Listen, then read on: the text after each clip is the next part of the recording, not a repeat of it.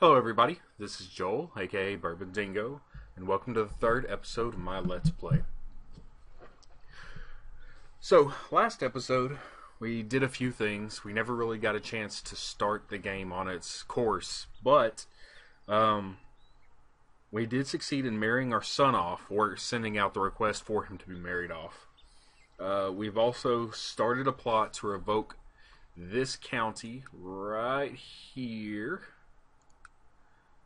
which is Perfedwilad, or however you pronounce it. Feel bad because the guy likes me a lot, Count Edwin, and he's also married to my sister. Oh well, that's gonna be my my place. They can go away. As you can see, one of the reasons we made that though is because I'm also ambitious. So, being ambitious, I want to control all that because that'll give me more troops, more money. And that's what we need to unify Wales. See up here, these have popped back up since I've restarted the game. This is still something we can't really focus on. And the unmarried heir will go away very shortly. We also started a grand hunt, and we'll start seeing some of the effects of that once I start playing. But, since we've already gone over everything, let's go ahead and start up the clock. We're going to start it at 3, hit spacebar, and it'll start going. As we can see, we've already gotten some stuff here. So, for the first day of the hunt, the sighthounds thirsted for blood this gentle afternoon, and they brought us many hares. And say this is a fine sport. Gives us a little bit of a monthly prestige bonus for about a year. Oh, a little less than a year. That looks about 6 months. And +1 martial score during that period of time. And the hounds are more alert this morning than I've ever seen before. Something stupendous must be awaiting us. There's a 5% chance of me being wounded. But I can also gain the trait Diligent. I think my horse has a limp. I'm brave, so I wouldn't say that. I don't care what it is, we'll hunt it. There's a chance of bringing down a child of a peasant. And we'd gain Ruthless for 6 months, which is +2 martial with a church opinion of 10. And I think I'm also kind, so yeah, I wouldn't do that. And let's do this another day. I could gain the trait Contents, but I'm brave, and I just had some fun hunting. So, I think we're going to go hunting. Hey, I didn't get wounded. I also gained Diligent, which you can see gives me a +1 to all of my stats. A white hart has been seen north of Gwynedd, and I am told that it is a heart of 10 and the biggest deer ever seen. Thinking a heart is like the rack on a deer, so a heart of 10 means 10 points, possibly. I find no joy in killing such a proud animal. I will send out our best hunter, which I'm ambitious, and I enjoy hunting. I don't think I would do that. This is my kill. I'd gain a little prestige. There's a chance of being wounded. There's also a chance of being maimed. But for a year, I would gain a +2 martial and a +1 stewardship. I'm kind. I may be ambitious and brave, but I'm also kind, which means that I don't think I'd find any joy in killing such a proud animal. While I'm out in the woods, I see a mighty stag while my party is hunting. What are the odds? Spare its majesty. We just spared one thing. I think I'm going to spare another. The last one would be it would look really good above my fireplace, which is a bonus of gaining martial, higher bonuses of gaining wounded or maimed. There's even a chance of dying. But we just spared one fine animal. I think we'll spare another. The clock keeps on going, and as you can see while everything's going. Alright, and my liege, may you live in harmony and contentment. An intriguing scheme. I believe I will back your plot to revoke the county of Perfedwilad. Okay, so he agreed to do so. And what we're going to do is we're going to wait for the hunt to be over. And after the hunt is over, we're going to take back that county. Alright. This is notification that my son has now gotten married with Elfgifu, my daughter-in-law, who's a low-born Saxon, with very nice. Sometime between when I chose to marry her and now, I believe, she gained the Impaler trait. This depraved character liked to spend the nights in the dungeon, inventing new ways of torturing unfortunate victims. I guess if you're a genius, you have to have a pastime. Otherwise, she's not too bad. That'll be good. Maybe they'll give me an heir that has genius. It'll make my life a little bit easier. Alright, let's back off of that. However, we have to decide. They've gotten married, and we can choose to collect a royal duty to pay for the ceremonies. We can either choose to gain about 6 gold, or to gain prestige by basically not taking money from people to pay for the ceremonies. And right now, I'm more interested in gaining prestige. That's not a whole lot of money. And this is just letting us know that that he agrees to allow them to be married. Right, and like I said, we're going to wait for the hunt to be over before we press the plot to revoke the county. Once again, let's see, I'm ambitious and brave and diligent now. I think that kindness still wins out. I think I'm still not going to kill that animal. And once again, I see another mighty stag. Well,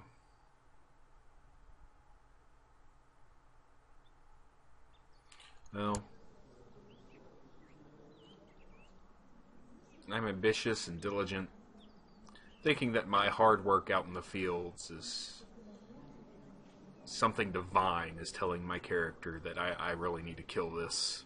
So we're going to go ahead and take this chance. And didn't die, wasn't wounded, wasn't maimed. So I got the bonus for killing it, which would be the additional martial bonus. Alright, and the grand hunt is now over. This is truly a noble endeavor and a true challenge for our martial abilities. It was actually a very successful grand hunt. But we're going to go ahead and pause. Now, what you can do is you see we have a radial dial that's popped up here. And that radial dial is to let us know that we can now press the plot to revoke the county of Perfidwad. So what we're going to do is we can go over here and we can take a look now. We have all of the conditions met. We have at least one backer. The plot power is over 80%. And from what I understand, the plot power comes from just how high your intrigue levels are and such. But since we have everything, we're going to go ahead and send him the notification that we're revoking his county. And once again, this will take a little bit. Before we do that, and I'll let you see why I've done this. Before we do that, how you can check to see how many soldiers you have first was the way I showed you prior, which will show you the exact number, which would be 421 and 218 right there. And that's important. But there's also another way, and this is a way to get a quick glance about how many people they could possibly mobilize. You go into your realm tree and you hover over this 100% right here. You can see the total levy of the top liege, which this would be us. We're currently the top liege in the area. And it'll show you how many people you could possibly mobilize, along with the bottom where it tells you how many people you can mobilize. Then what we can do is pop this open real fast, and this is who we're about to attempt to depose from his county. You can see that his total levy is a possible of 216, but he has a few vassals under him, I believe, so that's the reason the one below it says it's 234. And so that's basically our numbers. It's about we have about 400 more people than he does.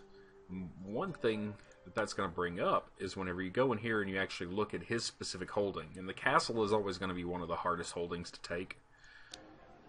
But you look at the holding, and their total total garrison size is 225, and I believe that's the number of soldiers I need to have more of to be able to successfully siege an area. But we'll talk about that here in 1 second. We've sent off the warning. What I'm going to do before we've started this battle completely is go ahead and build in my area. And the way you build, you basically can click on your specific areas.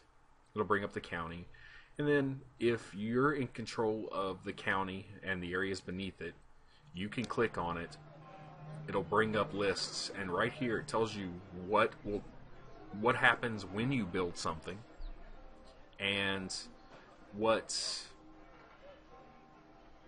how much it costs, how long it'll take. So what we're going to do is we're going to go ahead and build a wooden palisade. It's the only thing we can build, and it's basically a prerequisite for almost anything here. But it gives us a plus 2.5% levy size, a little bit more tax income, which is always important. That's what we're going to focus on in the beginning. And it raises up our fort level a little bit, our fortification level.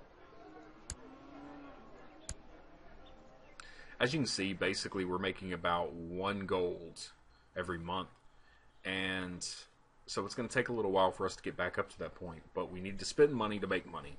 That's the old adage, and it remains true even here.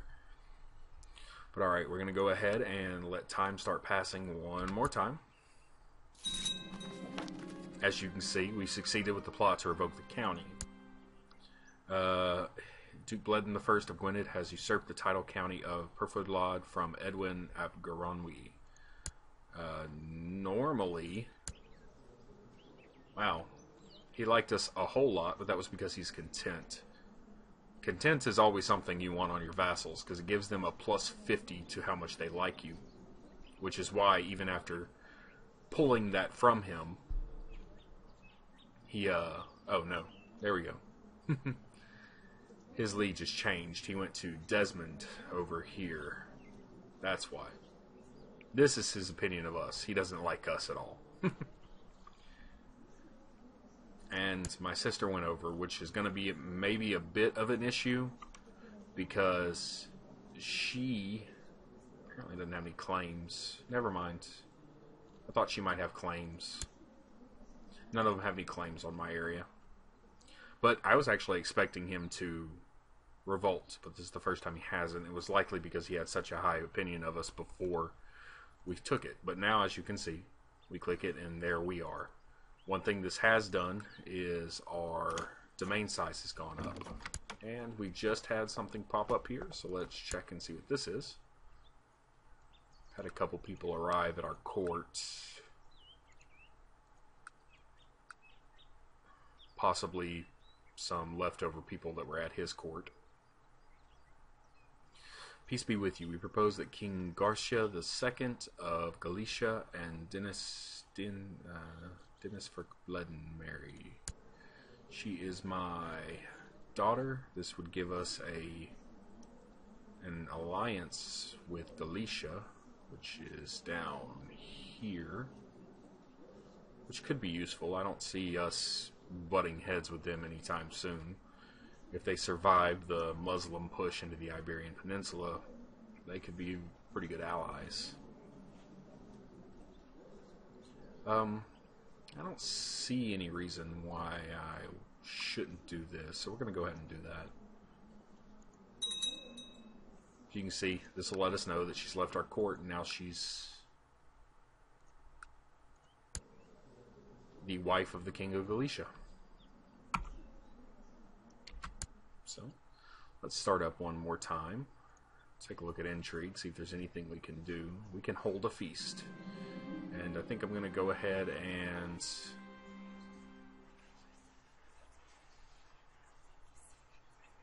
spend 6 gold to hold a feast. I think I'll spend 6 gold to hold a feast.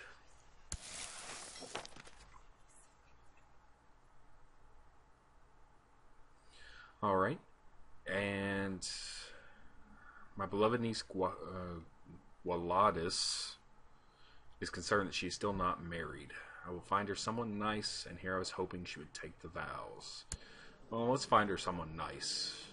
She is gluttonous, lustful, greedy, and trusting.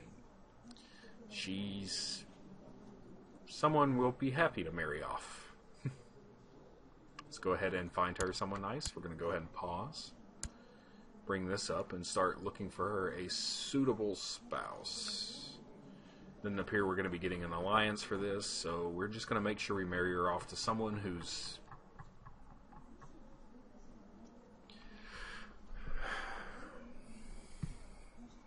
worthwhile, I suppose.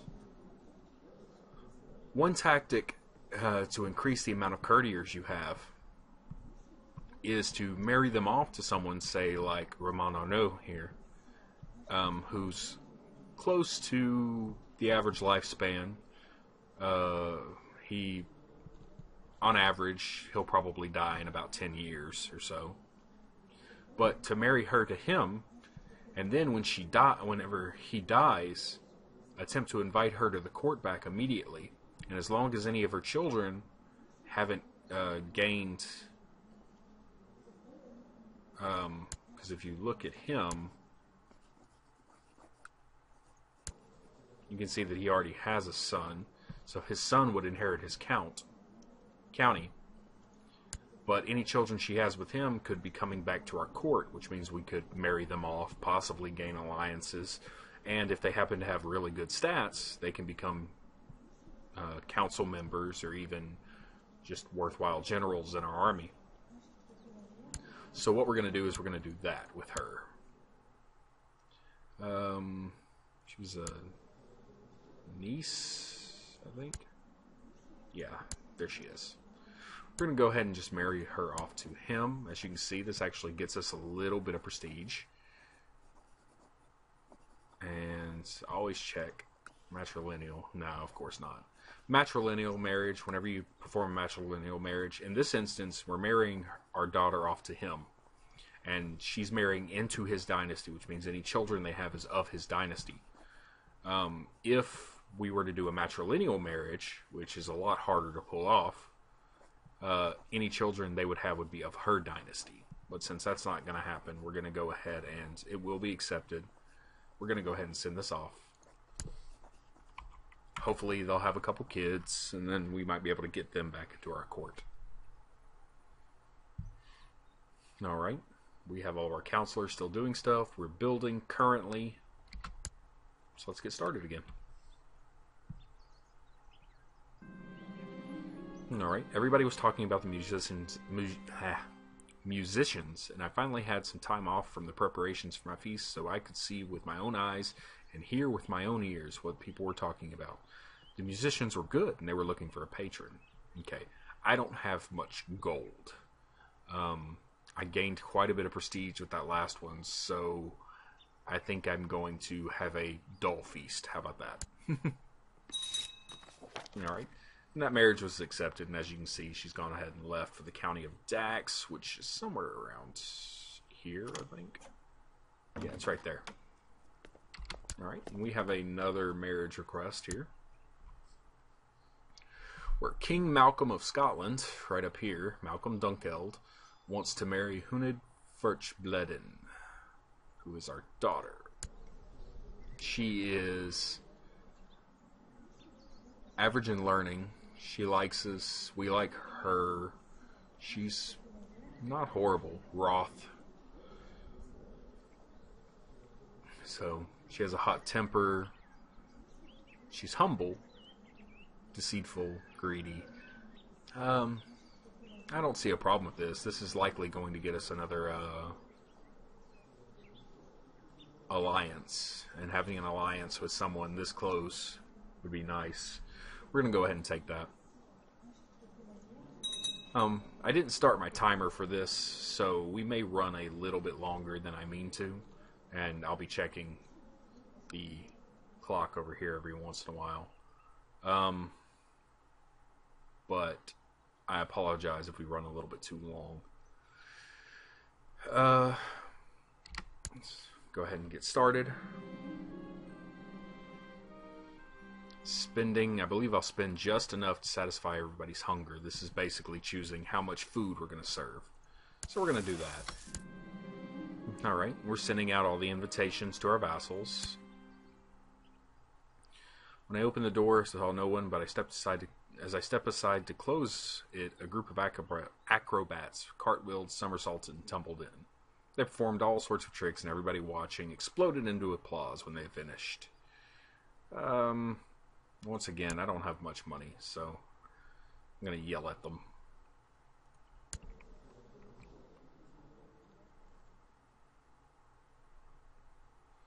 Alright, quick look around. I've only been going for a couple months, so there isn't anything majorly different here. Still some battles going on here, and the thing is that currently with this battle we had the invasion from Normandy. King Harold, who I believe was the original king of the area, is currently dealing with a battle from... It's an invasion from Duke William the Bastard of Normandy, and then King Harold Hardrade from Norway is attempting to take it over as well. And right now the capital is partially occupied by Duke William, and then King Harold is up there. I've never seen, King Harold Hardrade. So Norway's got this place. I've never seen King Harold actually win. I've seen both instances where Duke William and Norway win, but I've never seen King Harold actually keep the throne. But alright, let's go ahead and get started again.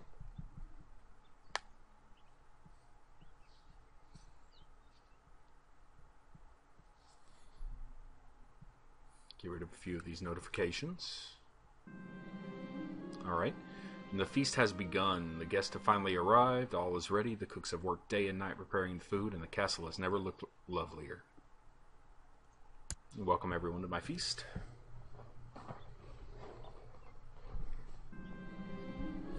Everyone drank and were happy, except Mayor Peer, who refused more wine. This insulting gesture means that he does not appreciate my hospitality.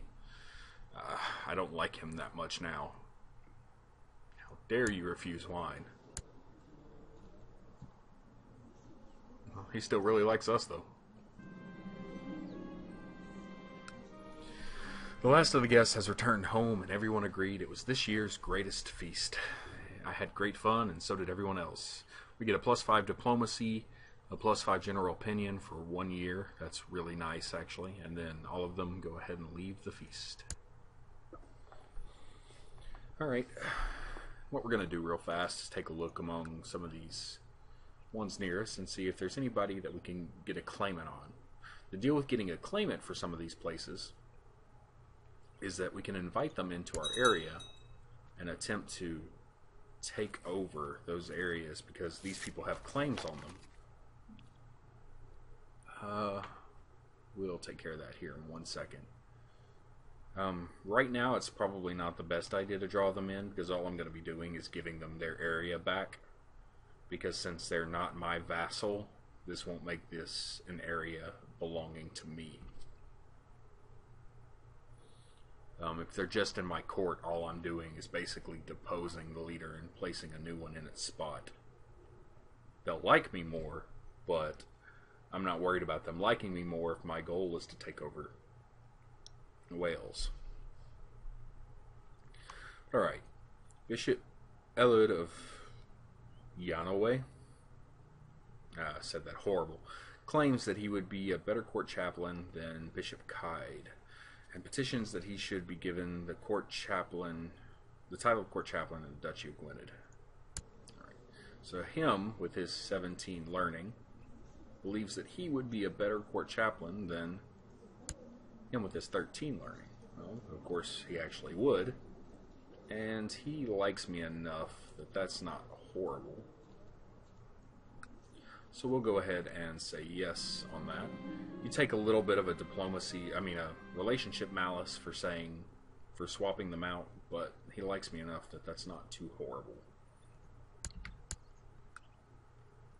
Let's go ahead and figure out. Oh. He dropped quite a bit, actually. Oh well. But since we swapped him out, we have to go ahead and send him back. And I think I'll send the new court chaplain to make the old court chaplain feel better. That's how it works, right?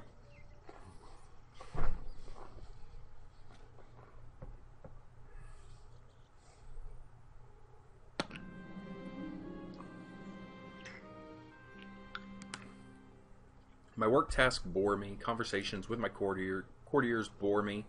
Everything bores me. I need something new and exciting in my life. Some hunting will cheer me up. Perhaps I should send for a new bird. I think we'll be doing some hunting. I had such a good grand hunt that I'm still feeling the need to go out. As you can see, there's a 50% chance of a disastrous hunt, a 50% chance of a fortunate hunt. So let's go ahead and go hunting and hope nothing horrible happens.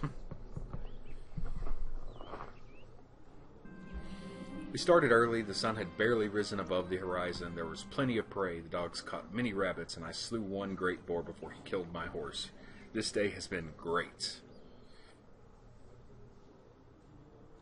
Okay, I'm assuming that he actually slew the boar before it could kill his horse. Because otherwise, I'm not sure losing my horse would make the day great. But, whatever. It was good. I got some more martial bonuses.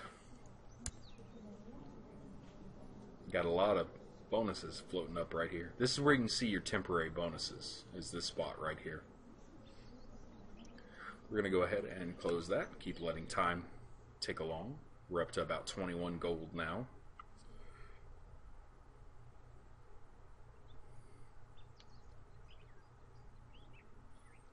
What I'm going to do is, I could spend 50 gold whenever I get it in building palisades in both of these places. However, I believe I'm going to save up, to begin with, the 100 gold it takes to make a castle village, which, as you can see, gives me a 1.5 tax income bonus, whereas the palisades are only a 0.2. While it does give other bonuses, it's not as important, or not as impressive. My beloved son Ririd is concerned that he is still not married. He is my spy master. He is greedy, trusting. He's a spy master who's trusting. That's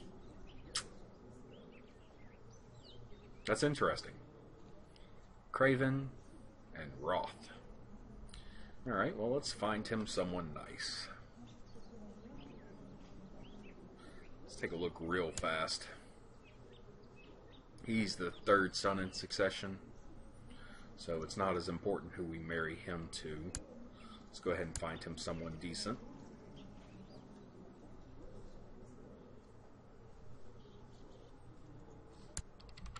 We'll go ahead and pause while we take a quick look. And just because I'm kind and I want to set my sons up with everyone that bolsters maybe what they miss, we're going to look for someone who's good at stewardship. Take a quick look by rank and then just follow down until we find someone who's good.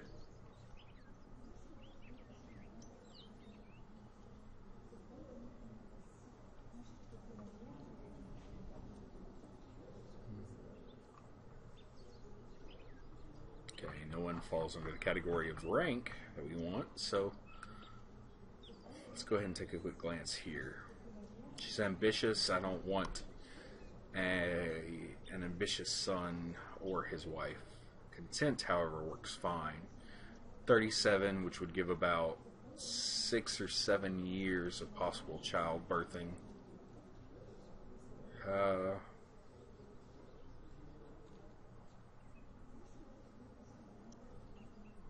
Sure.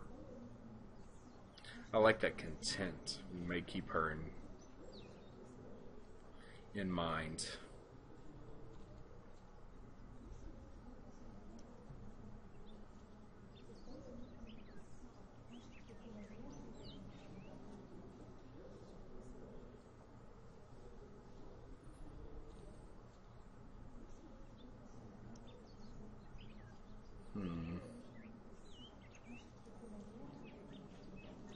Actually, I think I'll just take a quick glance at some of this by rank and try to pick up somebody close by, possibly betrothing him off to the Princess of Denmark or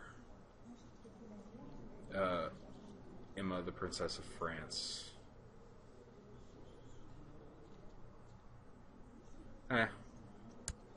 We'll go ahead and go back with the one who had really good stewardship.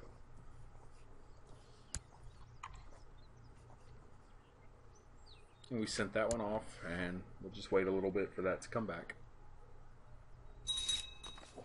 They agreed, and she showed up into our court. As you can see, she's a bastard of her dynasty.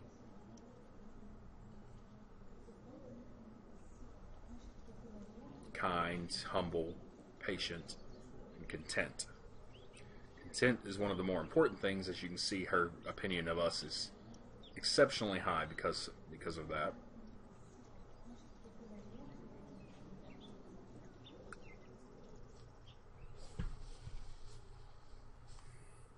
And it'll keep down on the amount of children that my sons have. It's not as important for the heir or the second, but anyone's before that, I'm trying to keep the family size a little bit low.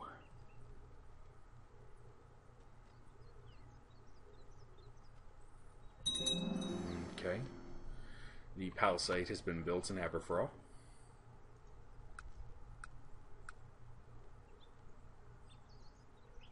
And if you... Madog has arrested an armed man with ragged armor and spotty horse. He says the man claims to be a hedge knight, but clearly does not believe the statement. Well, that's my son.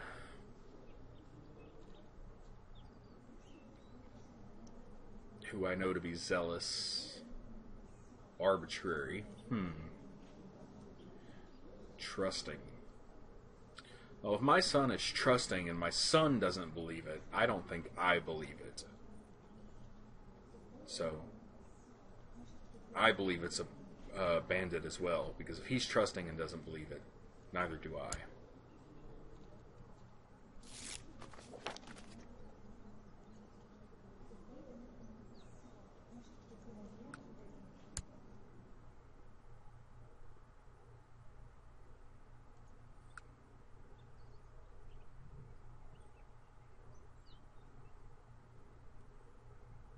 There's some disease spreading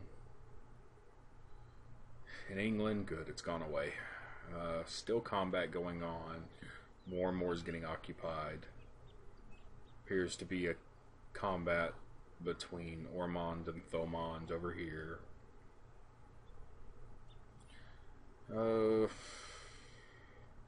Scotland seems uneventful. Though it appears Argyle may have just revolted. No? Okay. Feel more relaxed now. I can do my tasks, talk to my couriers, and a few other things without feeling too bored. Maybe I should hunt more often. I gained the trait Hunter. That trait gives us a +1 martial. So yeah, we'll take that. See over here, gained it. So now I'm a hunter. That's my lifestyle. France.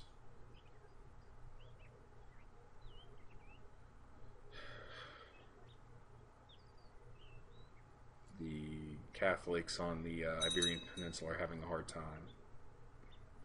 Just popped up letting know this increased to level 1.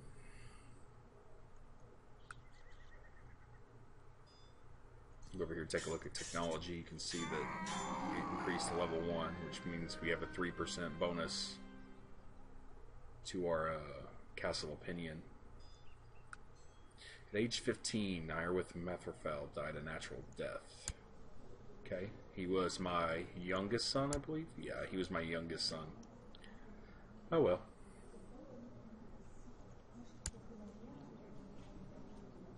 I apparently took the heir and the spare to heart. And that might be where that lustful trait kicked in at. As you can see, when you scale this far out, you can actually tell that The fog of war has gone away. It's easier to see a few things. Tuscany has revolted against the Holy Roman Empire.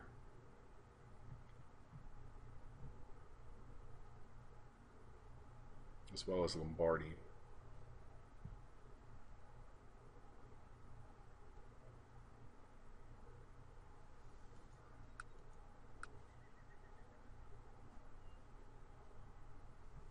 Defending against Prince Eric the Heathen.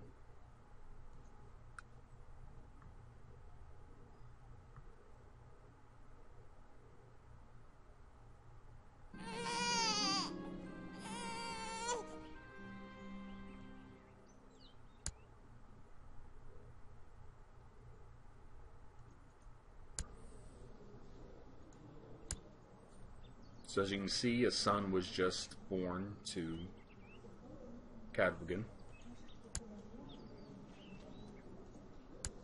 who apparently had a child before getting married. So the second son was named Bledin. Oh, he named my grandson after me.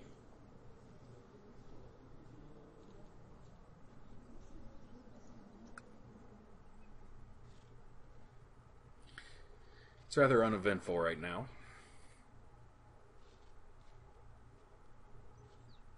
What I think I'm going to do is, since I'm not really aware of how long I've been recording, I'm going to go ahead and just let this continue on until the first of the year, and we'll call the recording closed after that.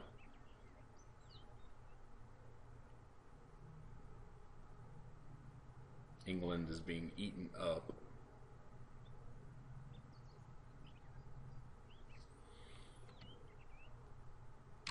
Alright, it is the first of the year. We just finished auto-saving. I'm going to go ahead and let you guys go, and hopefully the next episode we'll be able to possibly get a claim on Gwent and exercise our control over that. We are saving up money currently right now to be able to purchase a castle village in Gwynedd. Beyond that, it's basically a waiting game. It's been relatively uneventful for the past 3 years, or 2.5 years that we've been playing. But maybe it'll pick up in the next episode. I'm actually glad I got to hit play and we got to see a little bit of action go on. And I'll see you guys next time. Thanks for watching.